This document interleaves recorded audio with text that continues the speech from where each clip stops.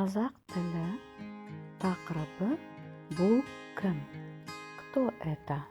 Алмагуль хочет познакомить нас с членами своей семьи. Вопрос бұл кім? Кто это? Дедушка ата, ата. Бабушка әже, әже. Папа әке, әке. Мама ана, ана. Брат аға, аға. Сестра әпке, әпке. Младший брат іні, іні. Есте сақта, запомни. В казахском языке для мальчика младшая сестра қарындас, қарындас.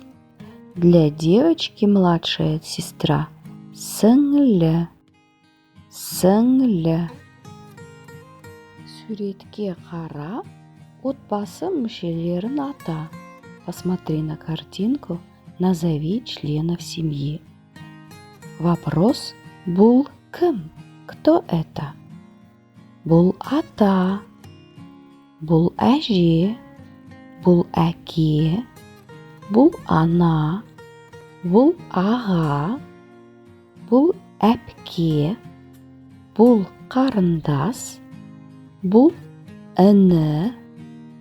Так как на этой картинке со своей семьей знакомит мальчик Арман, на младшую сестру он говорит қарындас, а для девочки сіңлі. Келесі тапсырма бастырсыз. Обведи, начерти. Жарайсыңдар, сау болыңдар.